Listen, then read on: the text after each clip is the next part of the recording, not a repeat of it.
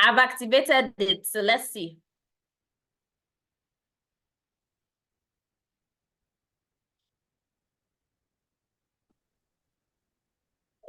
Good evening, ladies and gentlemen. Thank you so much for joining the edition of HR Mentorship Book Review session. Tonight, we'll be looking at a topic, be a kick-ass boss without losing your humanity. The title of the book we'll be reviewing is Be a Kick-Ass Boss Without Losing Your Humanity. The author of the book is Kim Scott, and our reviewer tonight is Abisola Ayegboyi, and I will be reading her profile. Ladies and gentlemen, just in a bit, Abisola is an excellent driven HR professional with 9 years plus experience that cuts across advertising, HR consulting, hospitality, healthcare, and financial tech. She is passionate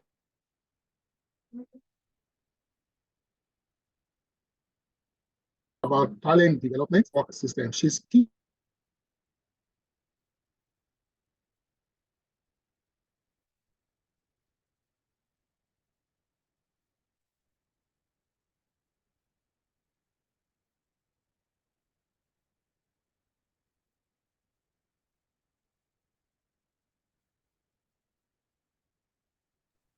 Ladies and gentlemen, I apologize for that network glitch. Abisola, in case it happens again, just continue with your session and don't wait for me. All right. So I stopped at the fact that Abisola is skilled in project management, and she has successfully led initiatives in HR policy development, succession planning, human resource information systems, recruitment, reward and recognition, performance management, partnering with cross-functional stakeholders, just to mention a few. Tonight, we're excited to facilitate and lead this discussion, Abisola Ayegboyi. You have the floor. Over to you. All right. Thank you so much, sir, for having me. Thank you, everyone, for having me here today. So I'll be we're all going to be doing this discussion together, actually, because I know definitely I'm not in this alone. So like Doctor has rightly mentioned, the book we are reviewing today is How to Be a Kick-Ass Boss by Kim Scott. So for the month of February, we were tasked to read from between chapter 1 and 4, because I think it's about 7 chapters. So we did chapter 1 and 4. So I'll be starting with the chapter 1. Okay, so basically, this book talks about everything management, how a manager should manage their team members, how team members should. The book is actually a very good book that I feel everybody needs to read, be it a manager, be it a team member. It doesn't have to be people on management levels, on management level only, that should read the book, because the book actually cuts across all levels. So I'll be starting with what radical candor is. So the book says radical candor is caring personally while challenging directly.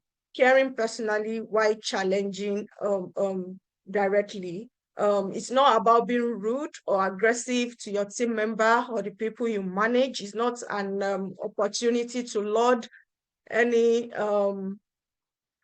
being radical, being open, being managing people is not an opportunity to lord your will over people, over your team member.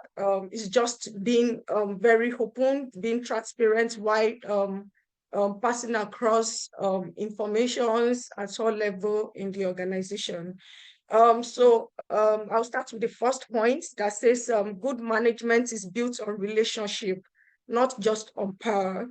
The first point on chapter 1 talks about good management, about the fact that good management is built on relationship, not just on power.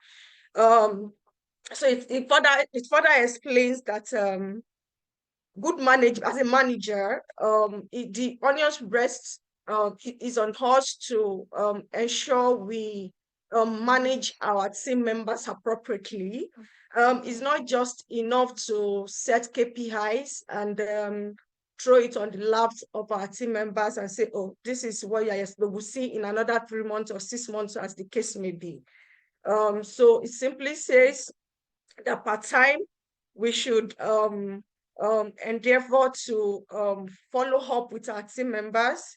If we should do regular check-ins, we shouldn't wait till when things get out of hand completely before we give our reviews, or maybe we don't even give the review at all.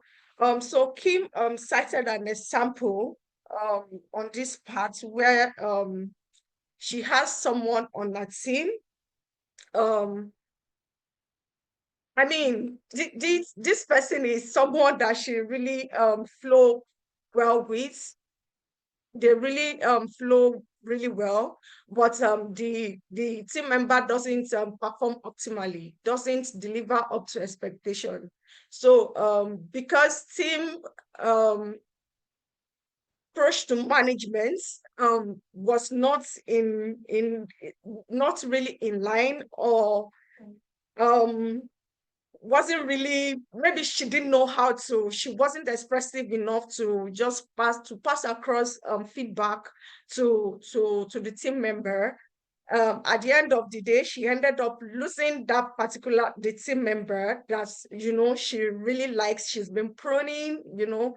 At the end of the day, when the team member wasn't performing up to expectation and it kept getting worse by the day, and she was actually not communicating it to the staff, to the team member. So at the end of the day, they had to make a decision to let the team member go. So it was at the exit meeting where they now mentioned to the team member that, oh, okay, this is the reason why we're letting you go, because you are not doing this, because you are not performing up to par. That's why we're letting you go. So the team member was actually surprised that how could this have been? I've been working with my line manager for quite some time. She has never mentioned anything about this, you know.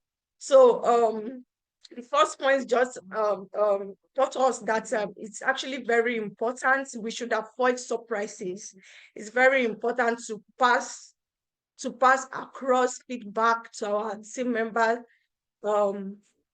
as the need arises. Part-time should not wait till end of the period or till situations get out of hand completely before we pass feedback to our team members. Then here, the second point talks about avoiding the danger of avoiding honest conversations. As managers, this book taught us that the danger of avoiding honest feedbacks are enormous. Like the employee in the case in the first point that I stated. I mean, this is an employee, because in some cases, it's not like these employees, the team members don't want to do their work diligently. Sometimes really these people don't, there are times that they really do not know how to go about a particular task. Yeah, I understand there's always KPIs, there's always JDs, I mean, all written down and all that. But then sometimes it's much more than that.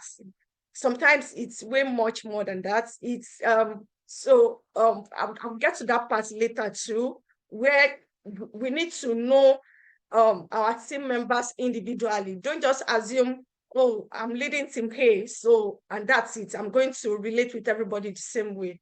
Some people, to manage some people and ensure they deliver results optimally, some people require that you do timely follow-up, check-ins with them.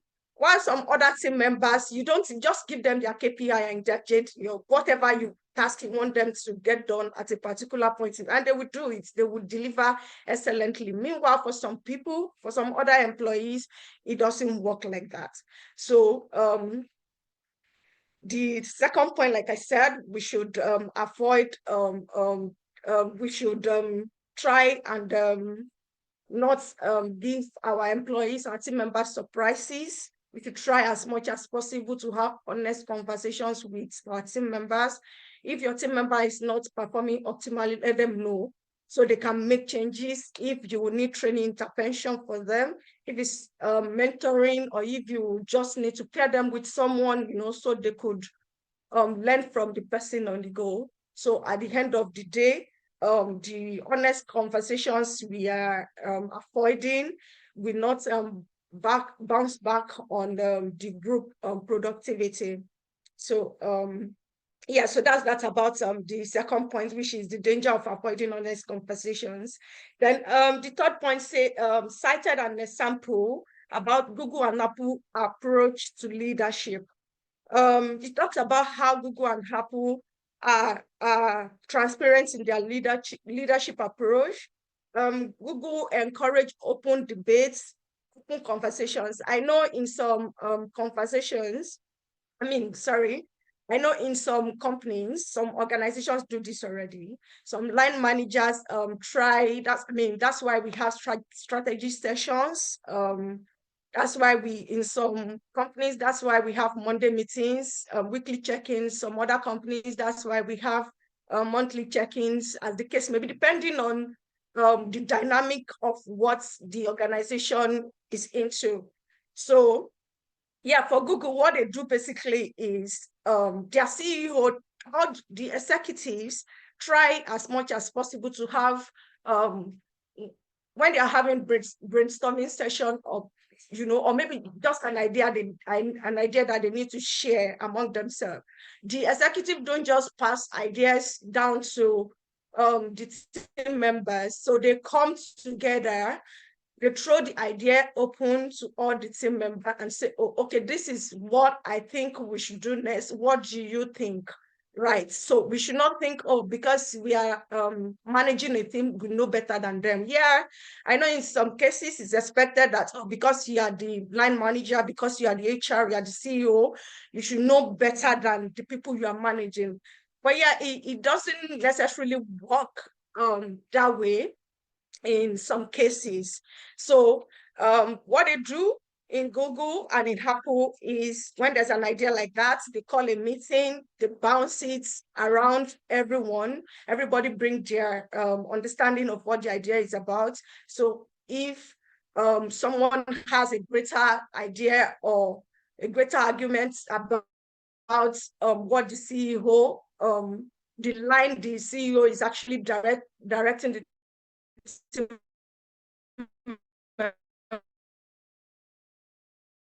but what I think we should do it this way. I think it would be better together to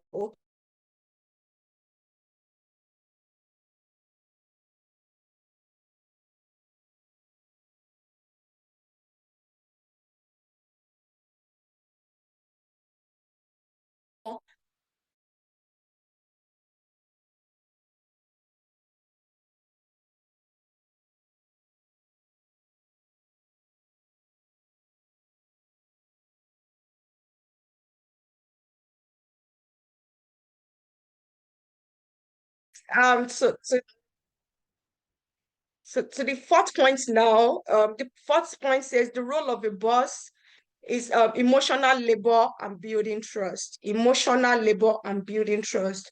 Emotional labor and building trust is an essential part of leadership. Like I earlier mentioned, we shouldn't just assume that, oh, because I'm managing this team, then I will use a one approach to everyone on the team. It doesn't work like that in some instances. In fact, for some team members, you really need to know their background. You really need to get involved in knowing them personally before even handing over any JD or KPI to them to work on. Because if you don't come down to their level, yeah, I know it's a work environment, and who cares? We are all here to get a job done, but when it comes to leadership and management, it's actually much more than that.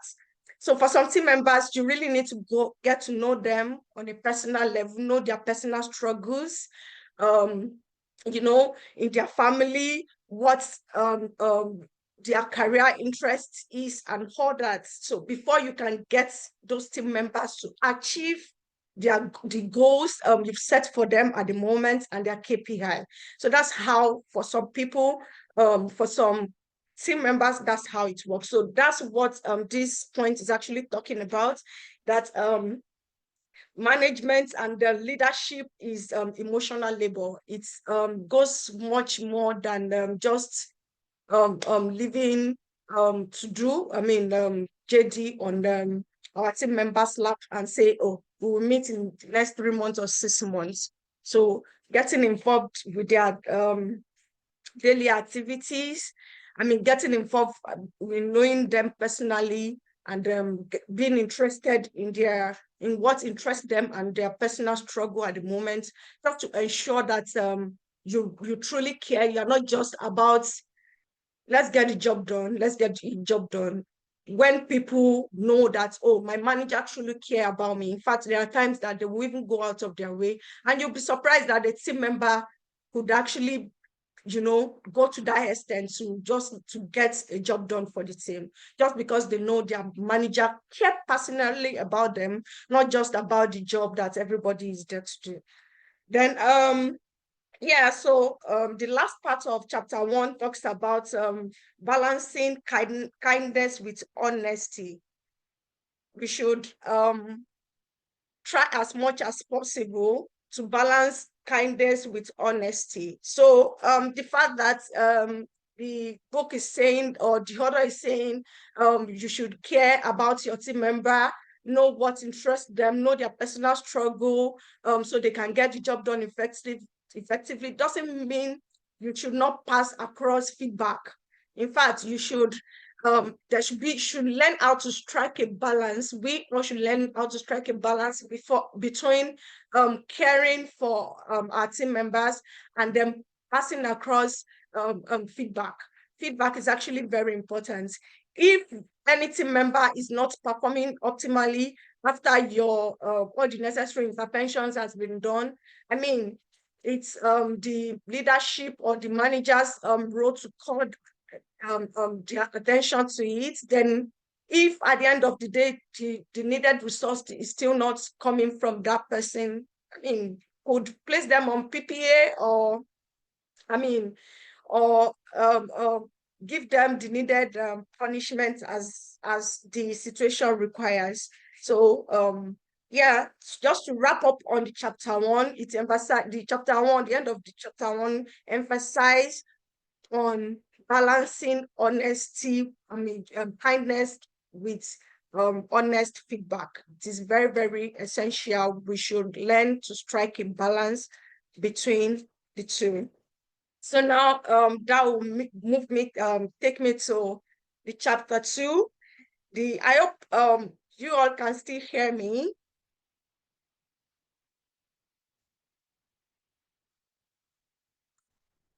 Yes, Abisola. Oh, okay, thank you so much, isn't it? Okay, so the key takeaways from chapter 2 that I noted will be creating a culture. The chapter 2 talks about creating a culture of open communication, basically, just elaborated more on some points from chapter 1. Chapter 2 basically talks about creating a culture of open communication. How do we create a culture of open communication? According to Kim Scott, the first point here says, honest feedback matters more than you think. Honest feedback matters more than you think. And the first point here says, the feedback from, okay, so at some point, Kim had a manager. She had a manager at the point by the name Sheryl Sandberg. Sheryl Sandberg used to be Google X manager, Google now Meta manager. So she says at a point she presented a document or a project, and when she was done, that kind of project that your boss or your manager would give you to prepare, and you would have given it your all, put in all your energy, all the resources, done your research and all of that. Then after she gave the presentation, um, as usual, because a lot of practice and preparation has gone into the presentation, she expected that, oh, Sharon was actually going to give a very, 100% thank you, to say, oh, you've done a good job on the presentation. But yeah, as a boss, she noted some areas where she had lapses while she was giving the presentation. And Cheryl didn't hold it back. She gave Kim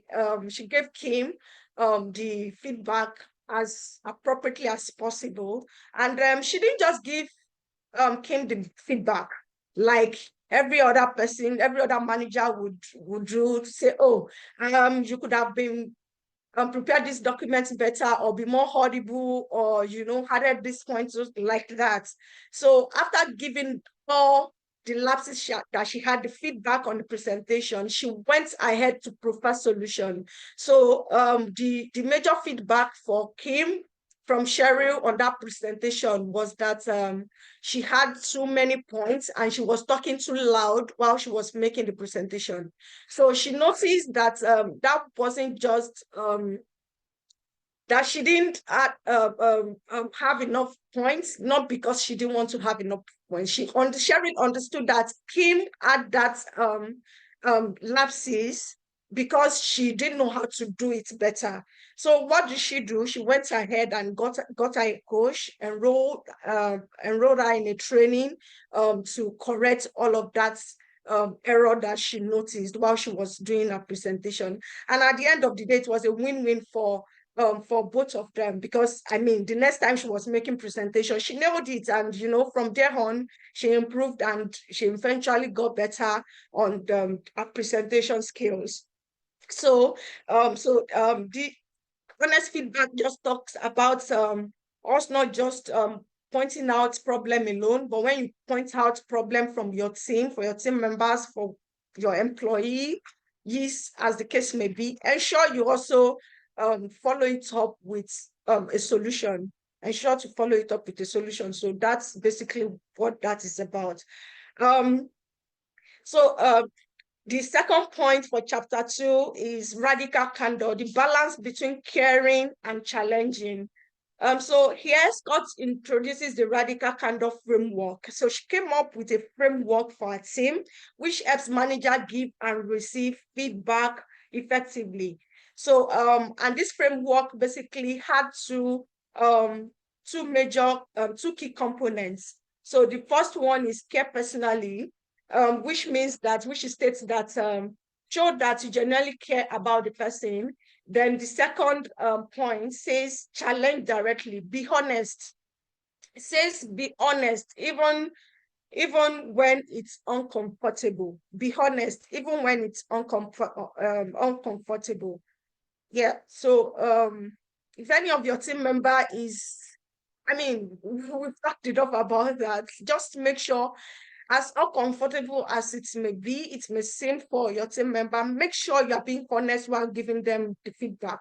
Make sure you're being honest, not trying to put them down, not trying to be destructive while giving your feedback. Just make sure you are as constructive as possible, or personal, giving your team member the feedback as regards a project or presentation.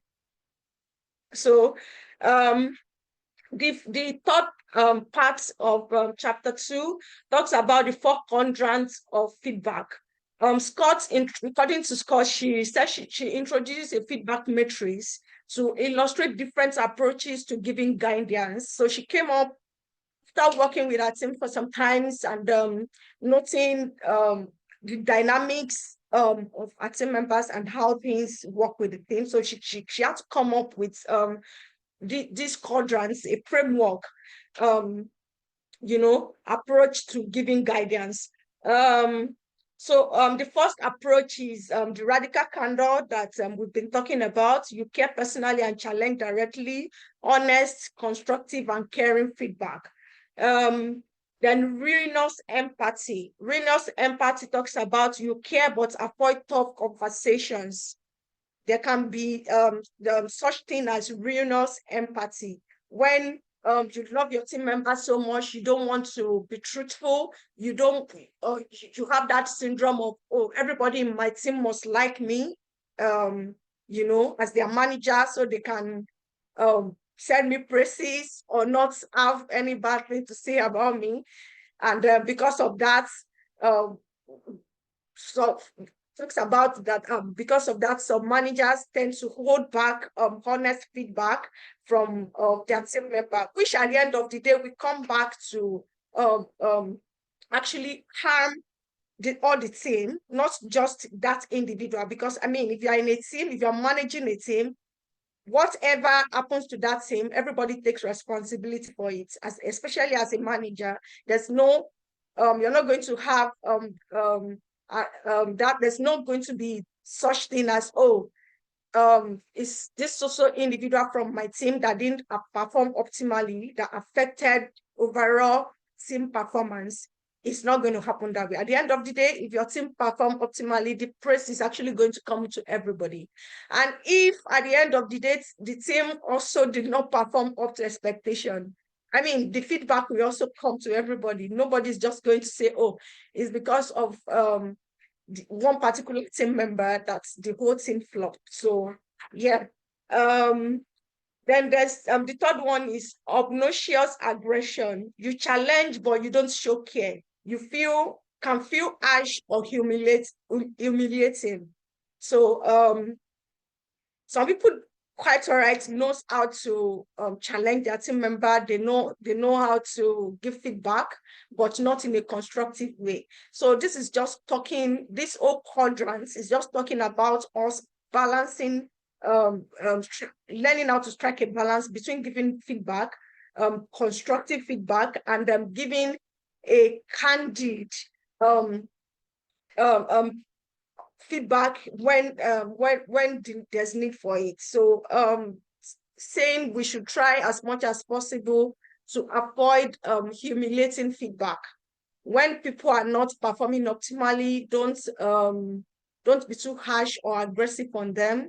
Just make sure you don't attack the person, because there can be while we're giving feedback, there can be such thing as attacking somebody's personality. Yeah, I've seen that happen before, where a line manager would say, it's because you are too slow. That's why you don't fit into sales team. It's because you are too reserved. You don't fit into this team. I mean, it's someone being reserved or being slow in their approach to things does not translate to not knowing how to market a product or not knowing how to sell a product.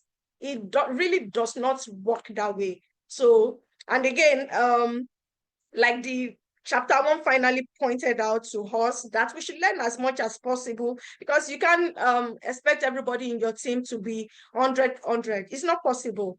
There are different dynamics to everybody. Yeah, some people might be slow in their approach to things. Some people don't pick information as quickly as other people. But once they pick it, I mean, you can't take it from them. That's it. They move at that pace and they deliver steadily.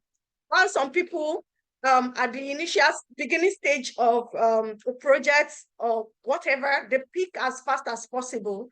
And you find out that into the projects or the task, they tend to slow down and not deliver on a steady level like some other people. So it's just us knowing the people in our team, how to manage each individual in our team, so that we can get the best out of everyone. How to manage our team so that we can get the best out of everyone. If you have anyone in your team, I mean, the chapter 2 just talks about the fact that if we have anyone in our team that is not that we feel, oh, this person won't be able to deliver on a pace or on a level that I want or that I would require for a particular project. There's nothing wrong in mentoring that person directly or working as a manager, working closely with such individual. So, so they can, with time, they'll peak and they'll start delivering at the level that it's required. Then the fourth quadrant here says manipulative insincerity. You need that care, nor challenge, just saying what's convenient, just saying what's convenient. Oh, that's good, good job. Whereas, this is not a good job at all. You know that, oh, this feedback should have been more detailed to say, oh, you didn't deliver on time, you were 30 minutes behind, and this affected our result from maybe 85 to 65, we should try and walk around these four quadrants and pick learnings from it and work with the best approach to all of these things. Then the fourth one here on chapter 2 states that feedback should be specific, timely, and actionable. Feedbacks should be specific, timely, and actionable. Don't sugarcoat your feedback. Employees deserve clarity, not confusion. So you can't just, we should avoid the situation whereby we wait till maybe the end of 3 months when we're doing appraisal, or at the end of 6 months, or at end of the year appraisal. That's when you now start pouring out all your heart as a manager to your team member. In fact, if I have anyone in my team, any manager managing a team like that in an organization, I would just know that the issue is directly coming from the manager. It's not even the team member, because it is expected as managers that we should learn to check in on our team members. Don't wait till the end of the period.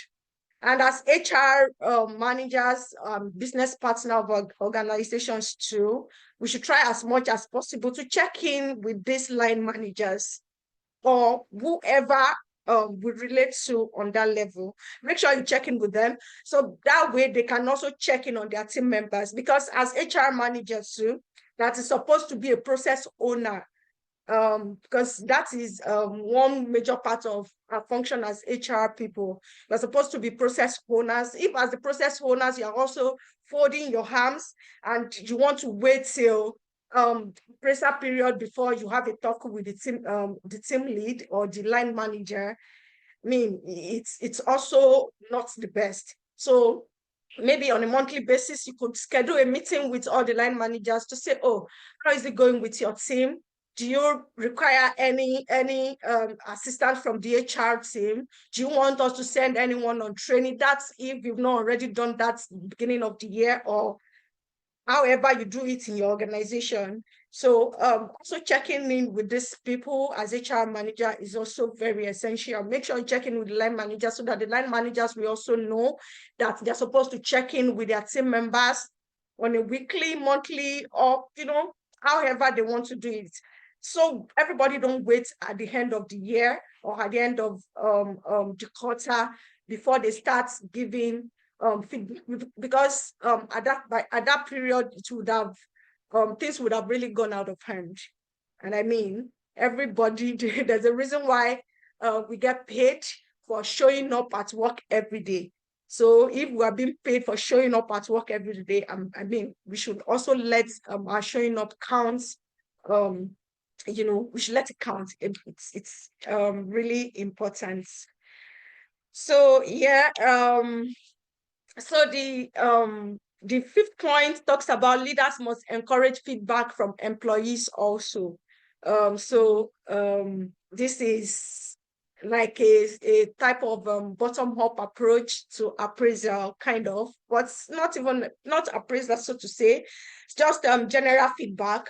Maybe on one Friday, or at the end of the week, just take your team out somewhere, maybe on Saturday. I mean, if you don't want, because people might not really be relaxed in an office environment to give you all the feedback as their line manager.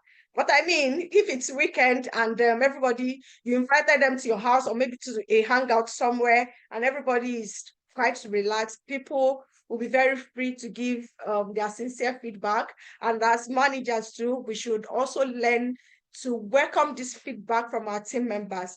Learn to receive this feedback from your team members with open mind. We shouldn't attach any big deal to it. Because if you're expecting somebody that you manage to give you feedback, you should not attach any, don't be sentimental, don't attach any emotion and big deal to it. Just be open to receive it, because you never can tell. I've seen situations where, especially in the now of work, where we have Gen Zs that, you know, before they leave, they are done with school, their university. Some of them have garnered quite a lot of experience. You know, they're fast. They've garnered a lot of experience, and some of them just come in, and you'll be wondering, oh, did you say you just finished NYSC? So how come you know all of these things? You know all of this information. So I've seen a situation whereby in meetings, we're having a meeting, and it was a Gen Z that, you know, some of the things that we were still trying to manage, say, oh, let's not put it this way so that the CEO doesn't, and they would say, they say it as it is. They don't know how to sugarcoat anything. They say it as it is. And for me, that's it's really a good one. And it has really helped where I was coming from, because my the last organization I worked with was with a communications company, advertising. So we have we do 360 there. So, and that kind of business really needed those kind of people, where those kind of talents that, you know, they're very vibrant, you know, they can think on their feet. They'll give you the feedback. They would even tell you as manager, no, let's not, there's this approach, because to be sincere, these people have access to quite a number of information that even managers don't know, they've not heard about. So being open is just being open to receive feedback from employees, to receive ideas from them, goes a long way, and it will help our work as management and as managers. Yeah, cultural difference is the last point on chapter 2, cultural differences in feedback. So this just basically talks about this is for people that manage dynamic, maybe people that work with global organizations. So this so she stated here an example here that in Israel, direct disagreement is a sign of respect. Meanwhile, in Japan, people may hesitate to challenge authority. So as managers, as people managers, as HR manager, as management generally, we should learn how, when we are in a particular environment, or when we're managing diverse team of people, we should try as much as possible to understand how things are done, the cultural differences, how their culture works there, so that when you are giving feedback, it will not be misconstrued.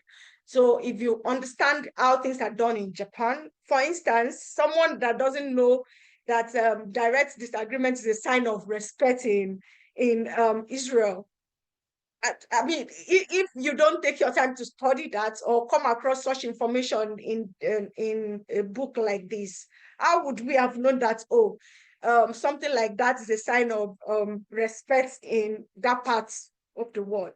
So just us, further talks about us knowing the cultural differences of people we manage, so that we are able to pass feedback, and we are able to pass feedback across to these people appropriately.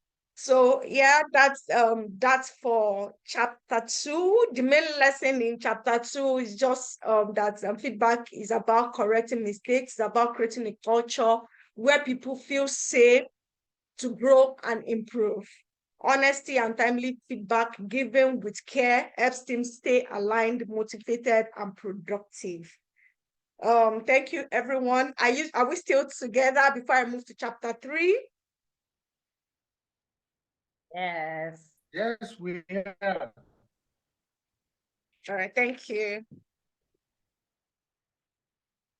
Okay, so the key takeaways for me for chapter 3 is talks about, chapter 3 basically talks about the fact that people are motivated differently.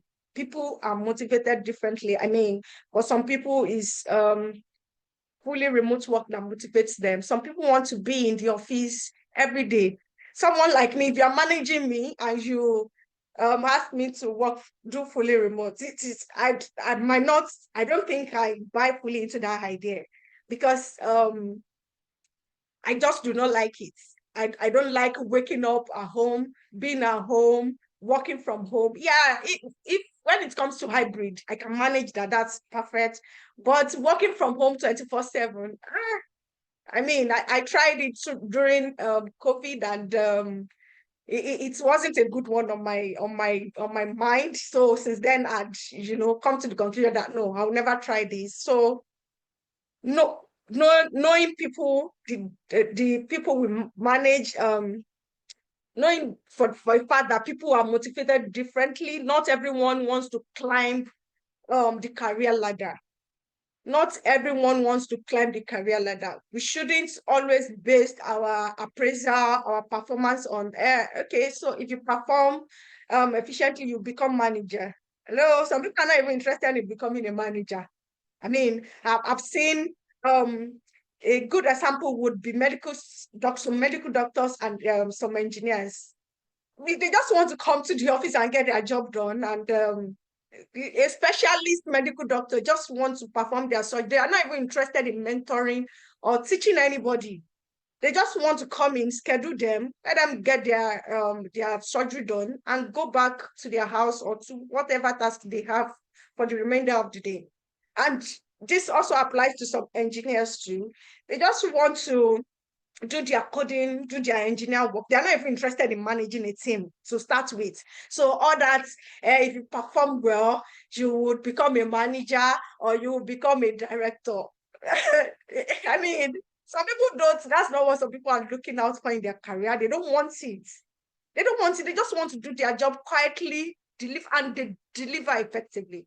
They deliver optimally. But when it comes to training people, managing people, they will flop. They will fail at it woefully. So, yeah, so it's talking about know what motivates your people differently. Don't generalize. Don't say, because it's a culture here that when an employee delivers effectively, or when you tick all your KPIs during the appraisal period, you score 100, you have to become a manager, you have to move to this level. Try and have a discussion with people, know people. Again, this takes us back to knowing your people individually. Know them, know every employee in your, everyone in your team individually. Know what their aspiration is for their career. Know what they are looking to achieve per time. Don't just assume because we have a policy that says once someone scores 100 in the appraisal twice, they have to move to this level. Some people are not looking for that. It's not part of their life achievements. So the second point here says some people are ambitious and want fast career growth, while others prefer stability and mastery in their current role. So again, I'll go back to some engineers and the medical doctors. It's just some of them just want to be a master at what they do. They're not even interested in growing, moving to one ladder and next year moving to another ladder and next year moving to another ladder. It doesn't apply to them. They don't move that way. The next point here talks about good managers recognize and support both employees. Both employees that want that are ambitious, that want fast career growth, and the ones that just want stability. People that just want to be stable. They just want a stable job work environment. They just want something stable for their career. They are not looking for that, fast approach to things. So yeah, it talks about recognizing both of them and acknowledging that this is what you want, and we respect that for your career. Then the second point here talks about talks about the fact that there are two types of high performance. So Kim talks about two types of high performance. The first one is superstars, then the second one are the rock stars, superstars and rock stars. So the superstars are quite ambitious, always looking for next challenge, constantly growing. They have a lot of energy. They want to do a lot of things. They want to be here. They want to be there. Then the rock stars, they are very steady. They are reliable. They love their work, and they just want stability. They just this type of employee, like my manager, my CEO always says, like my CEO always says that when you have someone in your team that is always available, and the person is not too good, but they're always available, but they are not too good on their job, you should try as much as possible to hold those people really dearly. Train them, because with time they will catch up, and you'll be surprised at the kind of delivery they would give. He's always telling us then that, but you see those set of people that, they're very energetic, they want to be everywhere. You can't, he's always saying it, that you cannot rely on those set of people, because once you're not giving them something that matches that kind of energy they have, they are always quick they are very quick to move. They would move. So you can't really build a lot of things around people like that, because of course they are rock stars. Rock stars want to be everywhere. You can't build so many things around people like that. But you see those ones that are very stable, people that are looking for stability. I just want a steady job, steady career. He's always saying those type of people, watch them closely, prune them, and if even if they are not delivering up to what you expect at the moment, it's just a matter of time. Train them, and those kind of people would always be available to carry out your project, and you can be sure that, I mean, I can still have plan, bit of things around these people. Yeah, I know people would always move, but this is just saying that, there are some type of employees, some people you have in your team, that I can still plan one or two things around these people for a particular period of time, unlike the rock stars. So yeah, both superstars and rock stars are valuable, of course.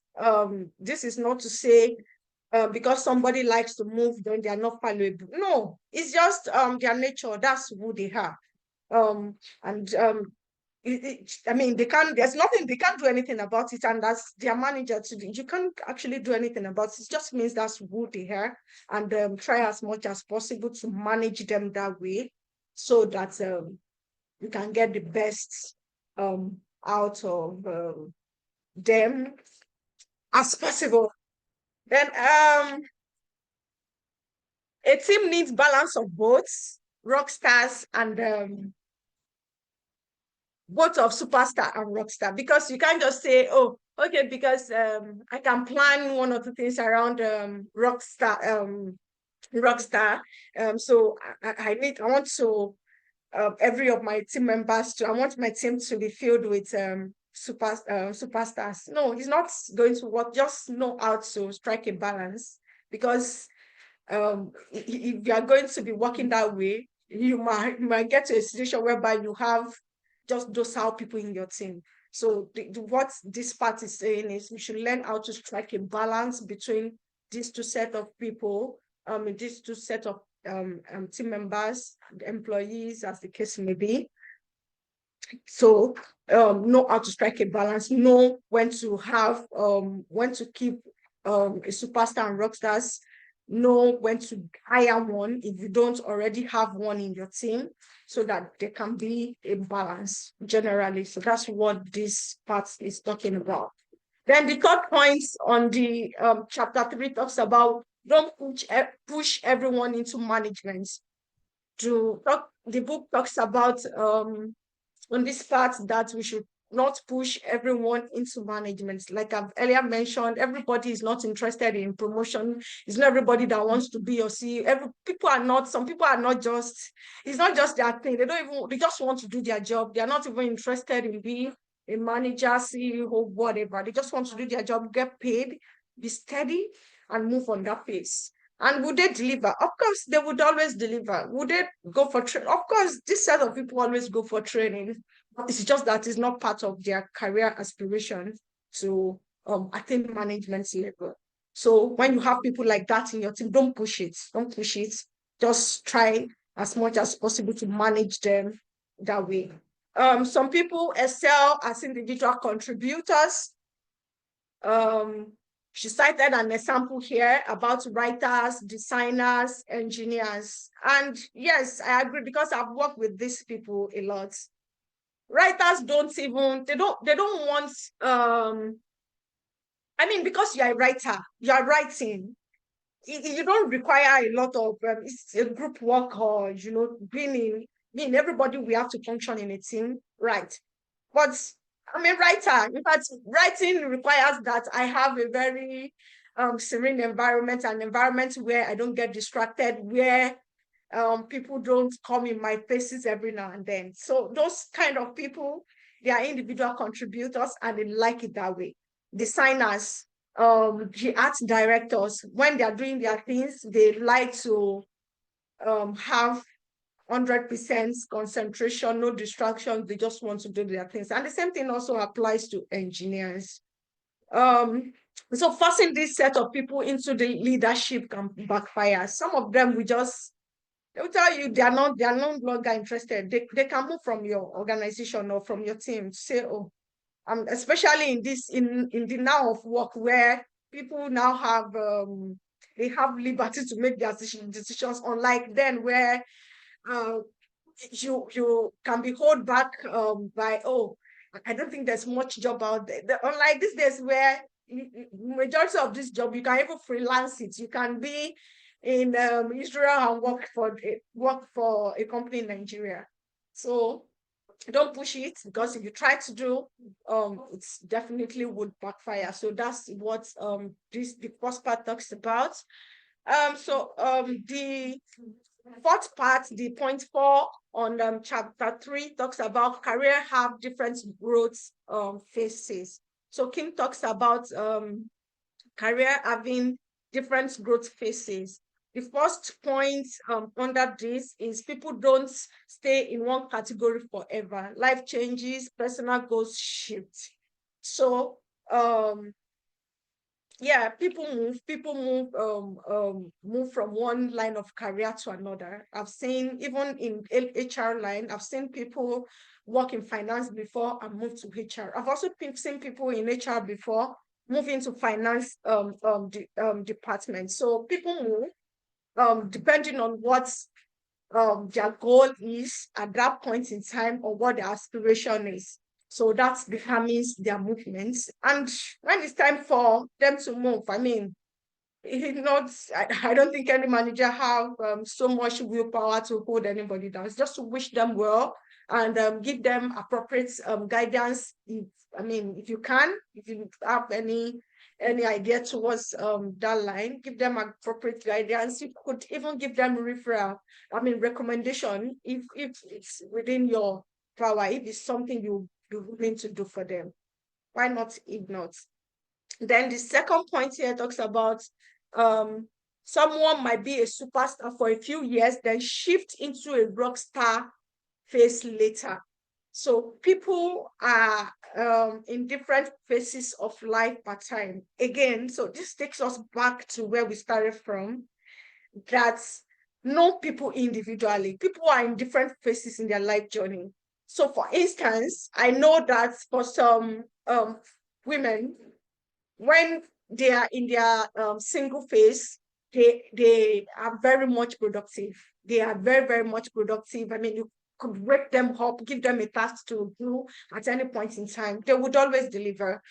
But once family sets in, they get married, start having children, and responsibility increases. There's tendency for such people to move from superstar to rock star later. So that does that mean that they're not good at what they do? No, that's not. Just basically means that people can be at different stages and different levels in their life's journey.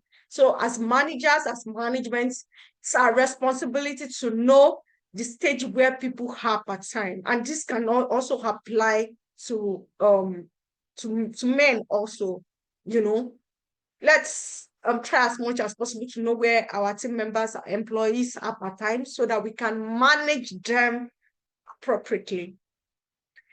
A good boss adapts to where people are in their career journey. A good boss adapts to where people are in their career journey.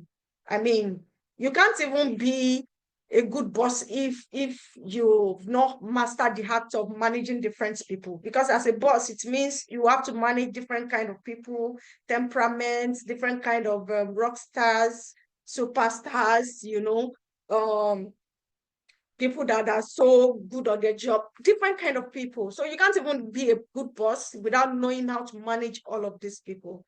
So the last point here just states that as a good boss, as a good manager and management, you should try as much as possible to know our employees, and manage should build trust, build the ability to manage the different kind of employees that we have in our team per turn.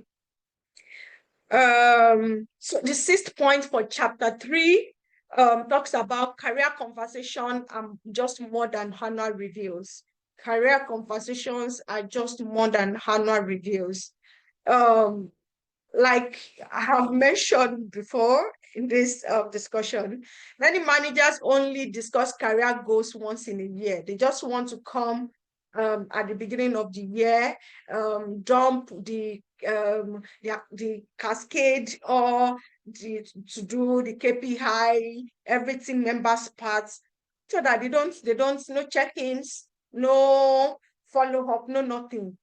The only time, and it's not like they don't have access to this, their team member. It's just that they don't know, or some of them, at some point might just be negligent of the fact that, so why do I need to check in?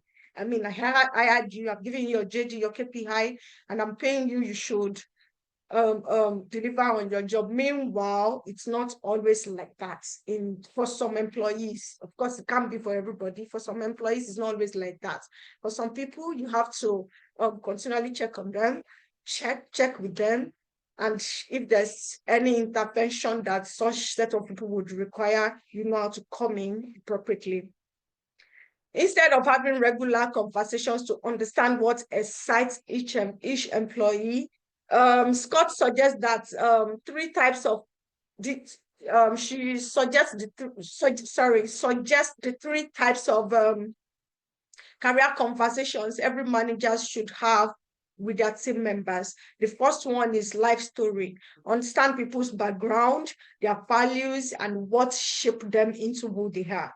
People are coming from different backgrounds. They've had different life experiences, all those things shapes people into who they are, how they behave, how they interact with their team members, how they even deliver on their job. So if you don't take your time to learn about where they're coming from, what they've experienced, you won't know the reason why somebody is actually behaving the way they do. But once you hack some of those techniques as a manager, it will be a win-win for the manager and the team members. The second one talks about talking with our team members about their dream job. Discuss with them, what's your long-term goal? What's your long-term career aspiration, your long-term career goal, even if it's outside of the company, because nobody comes to an organization to sign a lifetime contract. I mean, even if it's a family business, I don't think it happens that way. But one thing that people would always remember you for whatever contributions you've made to their career journey, whatever advice, discussions, guidelines you've given them as regards their career journey. They would always remember you for that.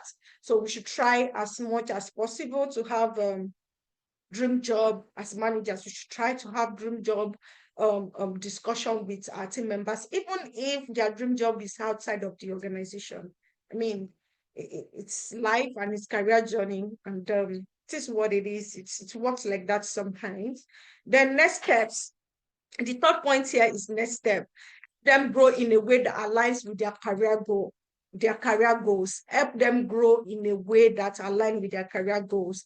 I mean, if somebody comes in as a strategist and says, oh, I would like to, so my long-term career goal is to be in HR, or someone comes in as a content creator or an artist, and at some point you want to have a detour to say, oh, I think now my career goal is to be in finance or to be in media.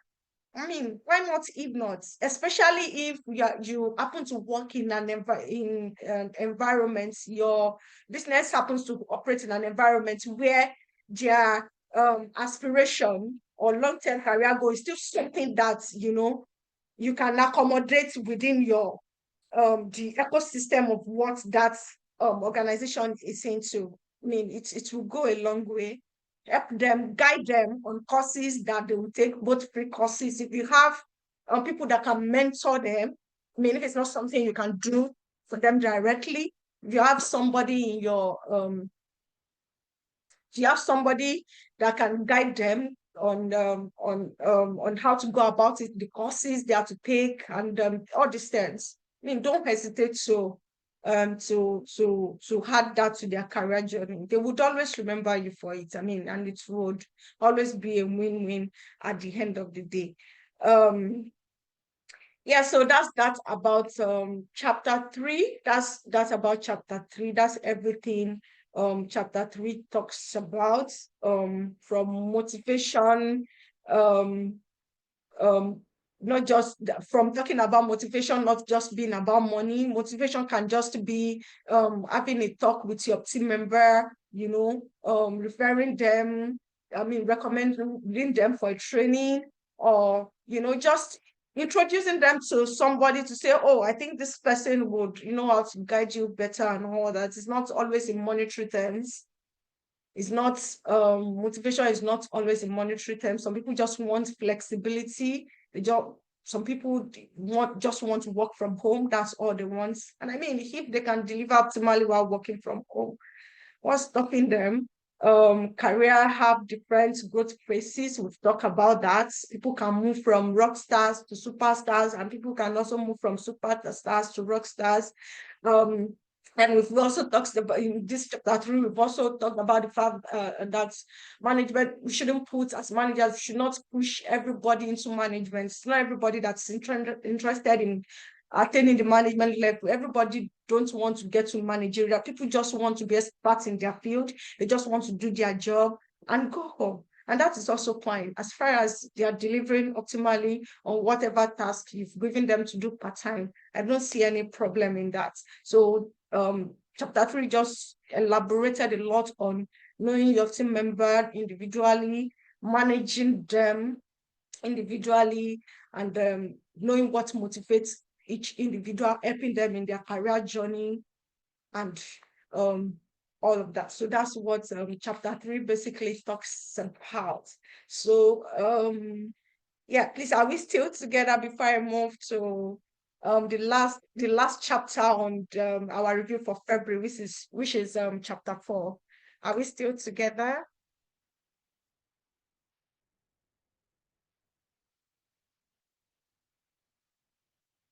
Hello, everyone. Can we still hear me? Are we still together? Yes, yes, yes, yes, yes. All right, thank you. Okay, so the takeaway, thank you, Blessing. Takeaway for chapter 4 will be getting things done, talks about getting things done as a team, getting things done as a team. So the first point here talks about a boss can't do everything alone. In fact, I've never seen how sound that bosses before. I mean, personally, I've not come across somebody like that before, that can get things done alone, that can do all the team work alone. I've not seen that before. For some people maybe you've seen it in one way or the other, but I haven't. So the first point here talks about a boss can't do everything alone. Some managers feel they have to make every decision, but that's a trap. Some managers, they feel, oh, I can make all the decision myself, but it's a trap. So this part talks about the example that was cited earlier about Google and Apple. So you could see that even for as companies as big as as that, their managers, their executives still don't make decisions alone. They still don't come up with ideas alone. They make it a group work. They make it everybody's business. They make it everybody's business to do the job, not the kind of system they run there. Manager don't just come, or CEO or the executive don't just come and dump information on people they work with. Right from the initial, I mean, the ideation stage, everybody come together to talk about the idea, and to analyze it, if the idea is actually going to work, or if there are corrections, or if there are one or two things they need to take away from the idea. And that's how those people have been able to navigate a lot of things and remain at the top. The second point says a great boss guides the team to make decisions together instead of being the only decision maker. Talked about this as a manager. The book talks about, can emphasized about working together with your team member. You're not working with dummies. The fact that some people might be quiet in your team, but yeah, like we've talked about, if you can still take your time to get to know those people, you will know that beyond that being quiet is a lot of idea, is a lot of, it's might just be that it's something that has got the issue of life that we talked about, from where they are coming from, that we talked about in chapter 3, that got them to that level of being quiet. But if you take your time to know such team members, you will know that beyond that quietness, there's a lot of idea. There's a lot of positive things that come from those people like that also. Collaboration leads to better ideas and stronger team ownership. Collaboration, as manager, we should learn. This part talks about us learning to collaborate with our team members. Don't make decision alone. Don't make this. Of course, as a manager, at the end of the day, you're still going to make the decision when everybody has contributed to whatever you want to get done at that period in time. But make sure it's not just your sole decision. Make sure because there's a way people hone things when they're part of the decision making process. There's a people hone thing, and it's also a strategy a lot of people use when they want to carry out change management. So when there's a major change in an organization, manipulate people into being part of that change process. Because when people are not part of a thing, there's this, they can give you the attitude of, oh, I'm not part of it, and from the beginning, and I won't give it my best. But when you make people part of decision making right from the idea stage, there's this ownership that comes with it. There's this ownership that comes with it from the team members. People want to own it because they feel, oh, I'm part of this. Right. So collaboration leads to better ideas and stronger team ownership. And then the second point on chapter 4 talks about the 7 feedback and decision-making cycle. So Kim talked about 7 feedback and decision-making cycle. She outlines the practical approach to teamwork and broke it down into 7 steps. The first one talks about listen. Be open to new ideas, even if they challenge your own.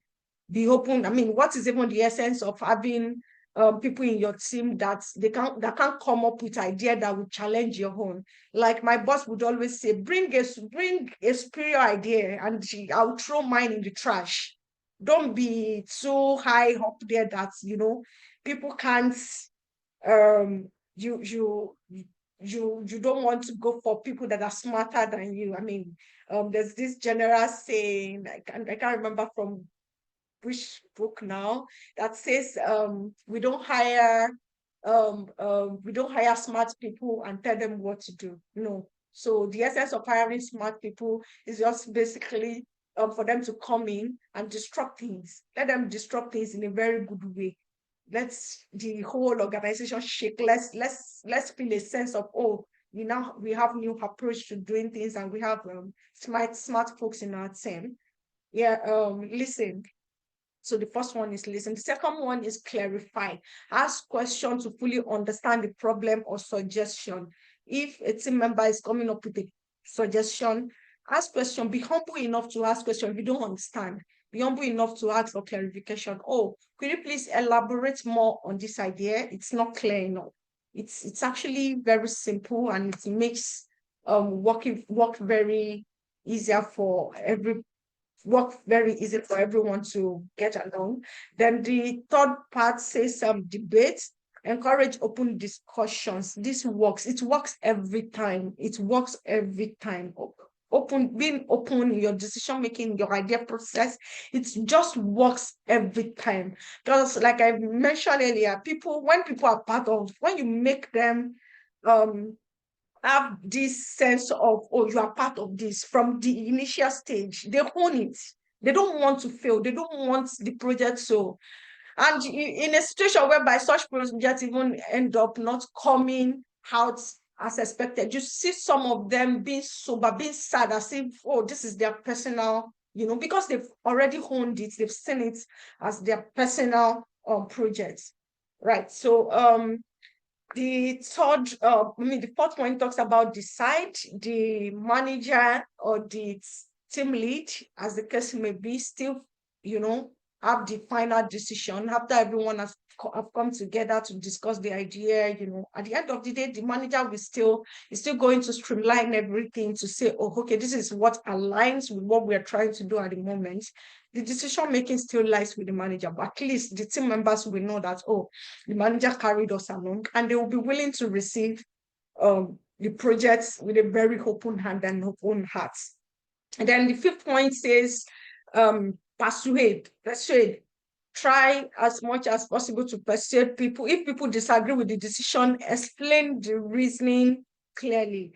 If your team member disagree with the reason, try as much as possible to explain to them that, okay, this is why I think this is the best, or we could have to approach to achieving or doing this project. The first one is this, then you would give it a try, and we could, come back to this second idea, and that way people would understand that, oh, okay, this person is putting us into our thinking, our idea also into consideration in this project we are trying to execute. Then the seventh point, it says, after implementation, reflect on what worked and what did not work. Reflect on what worked and what did not work, then you can make the needed improvements. When your team is done with a particular project, come together, and that's also the essence of strategy sessions, which we do annually for some companies, twice in a year, and end of the year annual appraisal. It's not just to tell people you did not do well, all of that long story. So at the end of the day, let them know this worked. This is why this worked. Let's maintain this so that we can achieve greater results. Let's improve on this so that we can achieve greater results. Then if at the end of the day you couldn't achieve a particular project, or it didn't work, the approach you took did not work, also let your team know that, oh, this approach with SOAP did not work because of this, so and so. This is what we need to improve on. That way everybody will be clear. There's not going to be any form of ambiguity or or something that people don't understand in the outcome of whatever it is the team is trying to get on at the end of the day.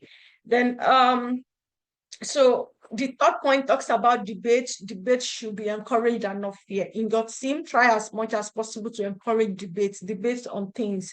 Try to see how your team member reason. Let's try as more, because when we debate project issues or situations with team members, it even helps you as a manager to know your people thinking, the level of their thinking, how they reason. So you see that, oh, is this person thinking at my level? Does this person fit into my team? You know, it's open debate. It helps a lot, actually. I've seen it work a lot of times. It works. So as managers, this talks about us encouraging the open debate as much as possible. Yeah, the fourth point talks about great team learns from mistakes. They don't avoid it. I mean, mistakes is part of I've not seen a team that has always won. It doesn't happen like that. There are times you win some, there are times you lose some. It's part of the process.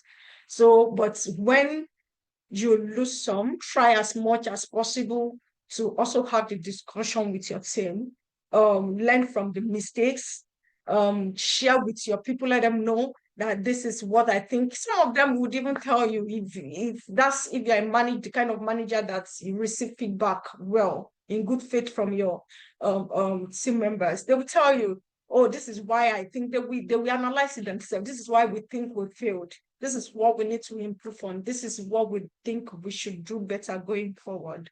Right.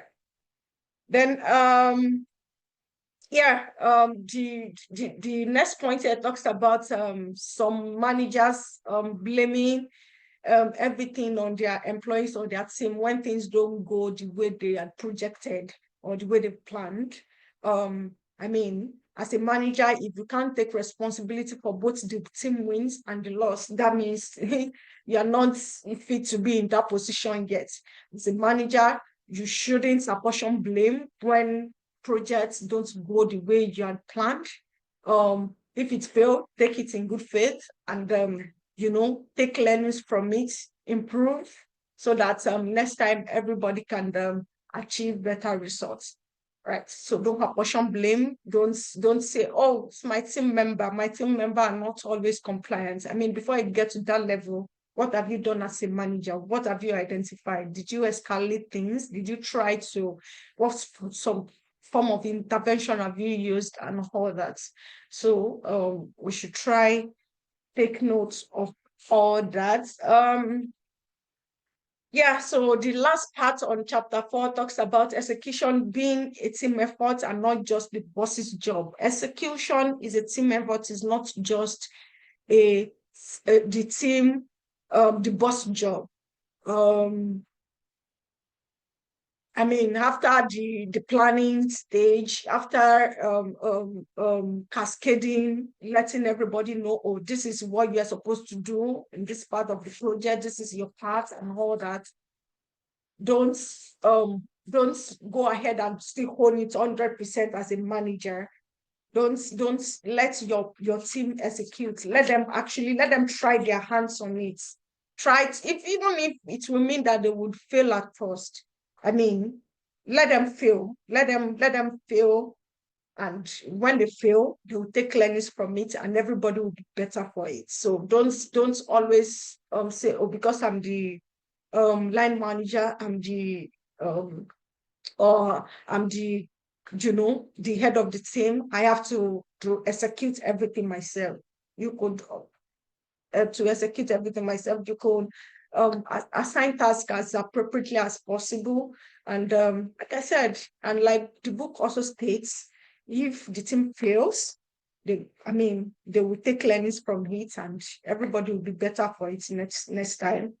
As managers and as leaders, chapter 4 also talks about us not micromanaging our people. I mean, once you've trust your people enough to carry out or to work on a project, don't micromanage them. Just ensure that they understand their part of the job, what they're expected to deliver on part time, but don't micromanage them. That doesn't mean that, the book stated that somewhere around chapter 2, that you can't manage everybody at the same level. Though I understand that some people in our team that, we need to check in on part time. So checking in on people on a timely basis or, part time is not the same thing as micromanagement. So there's a thin line between it.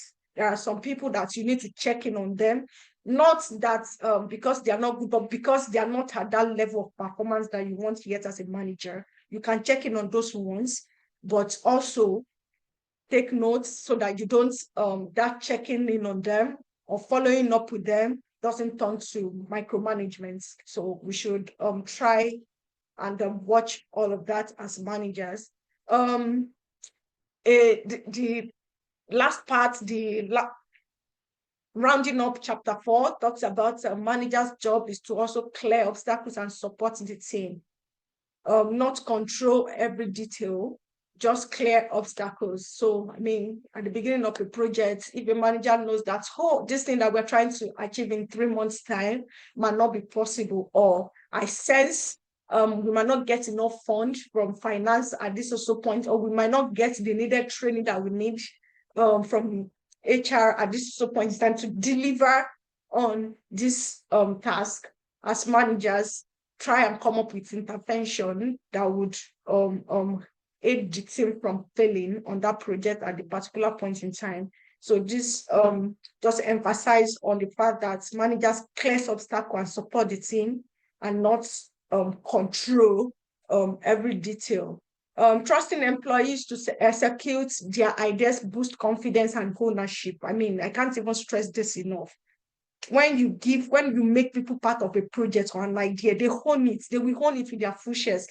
And in fact, you would even be surprised that some of them, you give it their weekend, they will give it their public holiday, and they wouldn't mind, just because you've given it to them, you've given them that sense of ownership and responsibility. So because of that, they will go out of their way and even over deliver on the project. So, and as managers, we should try as much as possible to trust our employees to do the best and deliver on whatever task we've given them to carry out part-time. So final thoughts on this review. As managers, we should learn to try as much as possible to know our team members.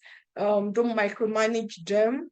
If you need to, there are some team members you need to do checking on them. If there are team members you need to kick their boss out of your team, But of course, before you get to that stage, make sure you've done all your due diligence. You've had several discussions with them, put them on performance improvement plan. But if that is not also working, of course, you know that, because everybody cannot be in your team. If the final result would be that the person will leave your team, I mean, you know that you've done your due diligence. At that point in time, the onus is not going to be on you again. So being clear about feedback, give feedback as appropriately as possible. Give feedback as appropriately as possible as managers. Don't wait till the end of the period to start telling somebody, oh, you didn't come one Saturday, or you didn't attend one meeting. As something is happening, a situation that arises, make sure you tackle it right there, so that it doesn't accumulate to something you have to be analyzing at the end of the year when you're doing annual appraisal. Thank you everyone for having me. I think on this note, I am done with chapter 1 to 4 of Radical Candor by Kim Smith. Thank you, Isine. Thank you, Prof. Dr. Oluyemi Adeosun, for the opportunity to share this learning with the house. Thank you.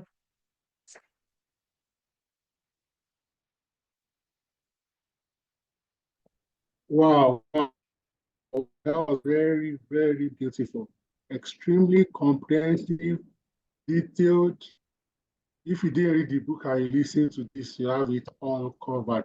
Thank you so much, Abisola, for this excellent review.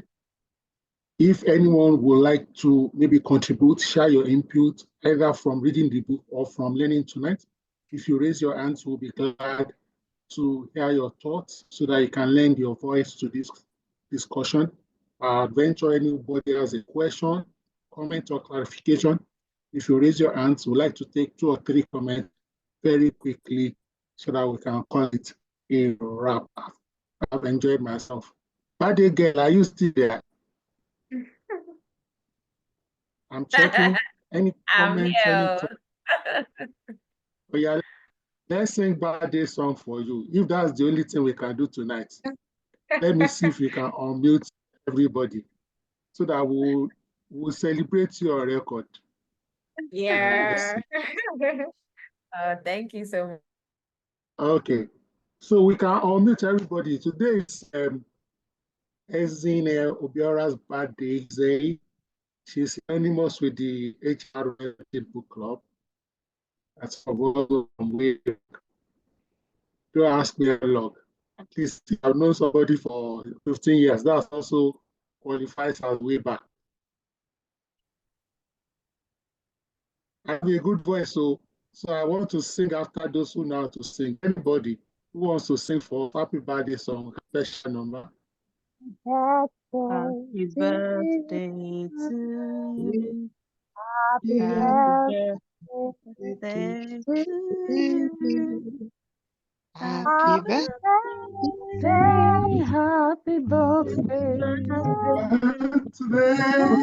Happy birthday. birthday to Happy you. birthday, Zine. And Many, may many the more years. good Lord May bless God you. bless you. Yes, May the Amen. so good May the Lord good bless Lord bless you. you. May the May the good Amen. good Lord Lord bless bless you. you, Sine. May the May the good Lord Isn't bless it? Please take it you. as harmony. wow. Take it as harmony. We love Thank you, you, Ezine. Wow. Ezine. We love you, Ezine. Hooray! Wow. Happy birthday. Happy birthday, happy Thank birthday, you. happy Thank you birthday. so much. Happy And I've birthday taken it to the as chief, harmony. to the Thank chief you. reviewer. It's harmony, yes. The chief reviewer. Thank you. I really appreciate it. This is so sweet. Thank you for finishing up my day like this. Thank you. You deserve it. Thank you.